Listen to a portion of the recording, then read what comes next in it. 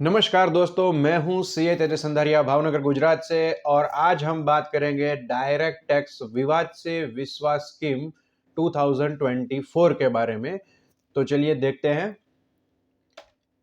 पहले कौन कौन इसमें एलिजिबल है, इस स्कीम में कौन जा सकता है। पहले तो इस स्कीम में वह व्यक्ति जा सकता है जिसकी अपील जो है वो पेंडिंग है कमिश्नर या जॉइंट कमिश्नर अपील्स के पास, या तो ट्रिब्यूनल के पास, या तो हाई कोर्ट के पास, या तो सुप्रीम कोर्ट के पास। मतलब आपकी अपील वहां पे ऑन द स्पेसिफाइड डेट, मतलब स्पेसिफाइड डेट का मतलब होता है 22 जुलाई 2024 के रोज। तो उस रोज आपकी अपील पेंडिंग होनी चाहिए। या तो आप डिस्प्यूट रिजोल्यूशन पैनल के पास गए हुए हैं, तो वहां पे जो रिकमेंडेशंस होते हैं वो असेसिंग ऑफिसर के पास भेजे हुए होते हैं और वहां पे पेंडिंग होने चाहिए स्पेसिफाइड डेट को। या तो असेसिंग ऑफिसर का ऑर्डर अभी पेंडिंग है, या तो रिवीजन में आप गए हैं 264 के, तो वो रिवीजन का डिसीजन पेंडिंग है। मतलब कहीं ना कहीं पे वो मामला पेंडिंग है 22 जुलाई 2024 के रोज। तो आप एसएससी एलिजिबल है इस स्कीम के लिए।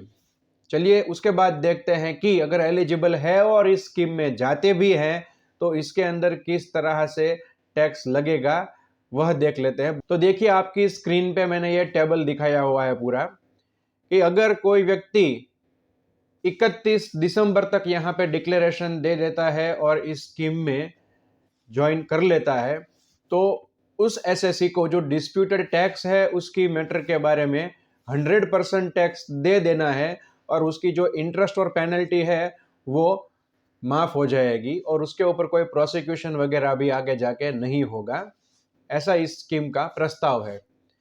लेकिन अगर वह व्यक्ति 1 जनवरी 2025 या उसके बाद ये डिक्लेरेशन देता है तो उसको 110% ऑफ टैक्स अमाउंट भरनी होगी। वहां पे भी इंटरेस्ट पेनल्टी सभी चीजें माफ की जाएगी। तो इसके लिए हमें न्यू और ओल्ड एपेलेंट के बारे में पहले जानना होगा, क्योंकि मैंने आपको जो रेट बताए हैं वो न्यू एप्लीकांट के लिए है।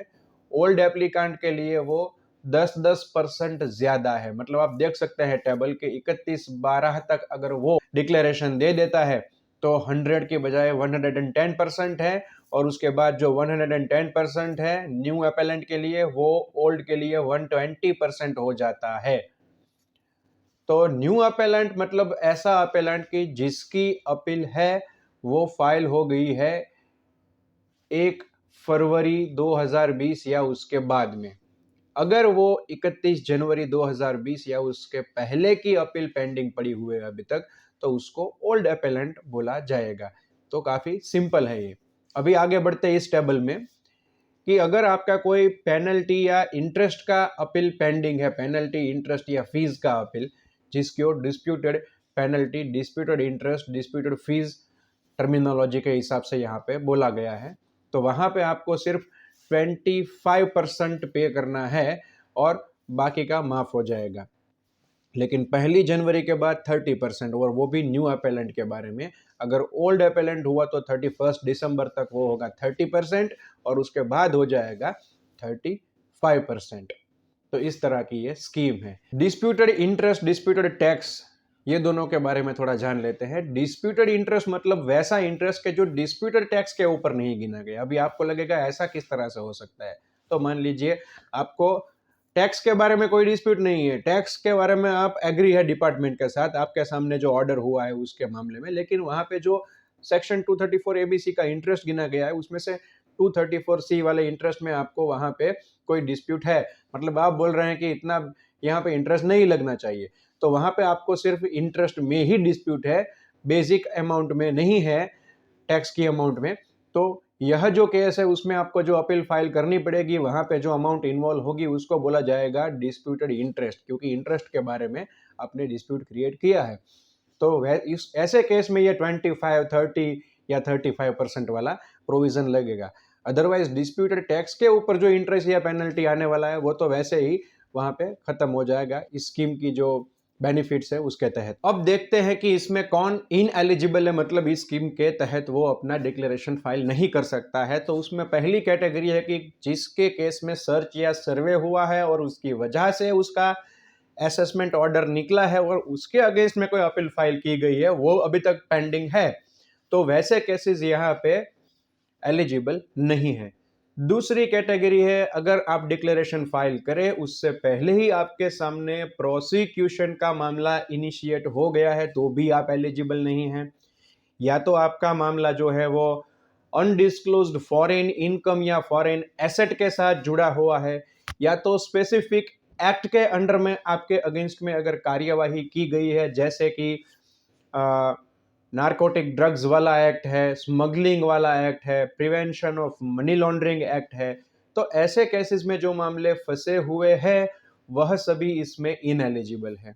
अब चलिए देखते हैं कि इसमें कौन कौन से फॉर्म फिलअप करने हैं और क्या टाइमिंग दिया है गवर्नमेंट ने हमको। तो पहले तो जो व्यक्ति इसमें एलिजिबल है उसको डिक्लेरेशन फाइल करना है फॉर्म 1 में, और वो करने के लिए आपको इनकम टैक्स वाली आपकी जो वेबसाइट जहां से आप रिटर्न भरते हैं वहां पे ही जाना है। वहां पे अदर इनकम टैक्स फॉर्म्स करके जो कैटेगरी है वहां पे आपको मिलेगा DTVSV का फॉर्म नंबर 1। तो वह फॉर्म जब आप भरेंगे वहां से एक एक्नॉलेजमेंट जनरेट होगा और वही कहलाएगा आपके द्वारा किया गया सबमिशन। अभी वहां से 15 दिन का समय शुरू होता है गवर्नमेंट के लिए। जैसे ही आप डिक्लेरेशन फाइल करते हैं 15 दिन में आपको सर्टिफिकेट इश्यू करेंगी डेजिग्नेटेड अथॉरिटी फॉर्म नंबर 2 में, जिसमें पूरा गिनती होगा कि आपको इतना टैक्स भरना है और आपकी अपील विड्रॉ करनी है। अभी फॉर्म नंबर 3 का टाइम आता है, मतलब फिर से काम आ गया अपेलेंट का, जो इसमें डिक्लेरेशन देने जा रहा है। तो जैसे ही फॉर्म 2 आपको इश्यू होगा 15 दिन के अंदर आपको फाइल करना है, जिसमें आपको पेमेंट की पर्टिकुलर्स देनी है कि यह पैसा भर दिया गया है और अपील विड्रॉवल के लिए एप्लीकेशन डाल दी गई है या तो अपील ऑलरेडी विड्रॉ हो चुकी है, ऐसा प्रूफ डालना है वहां पे। तो उसके साथ फॉर्म नंबर 3 अपेलेंट फाइल करेगा और जो उसके बाद आएगा वो है फाइनल ऑर्डर। तो वो होगा फॉर्म नंबर 4 जो डेजिग्नेटेड अथॉरिटी आपको इश्यू करेगी कि आप इस स्कीम के तहत जुड़ गए हैं, आपका टैक्स मिल गया है। तो अभी आपके सभी इस साल के जो केस आपने यहाँ पे डिक्लेयर किए हैं वो बंद कर दिए जाएंगे और उस केसेस में आपके अगेंस्ट में बाद में भी कोई प्रोसिक्यूशन वगैरह इनिशिएट नहीं किया जाएगा। तो इस तरह की ये एक स्कीम की मैंने आपको रूपरेखा बता दी है। अभी इसके बारे में आपके मन में कोई क्वेश्चन है तो मुझे इस वीडियो के कमेंट में आप लिख सकते हैं और मैं पूरा प्रयत्न करूंगा उसका जवाब देने का। और अगर आपको ये वीडियो पसंद आया है तो इसको लाइक और शेयर करना मत भूलिएगा और इस चैनल को सब्सक्राइब करना मत भूलिएगा। धन्यवाद।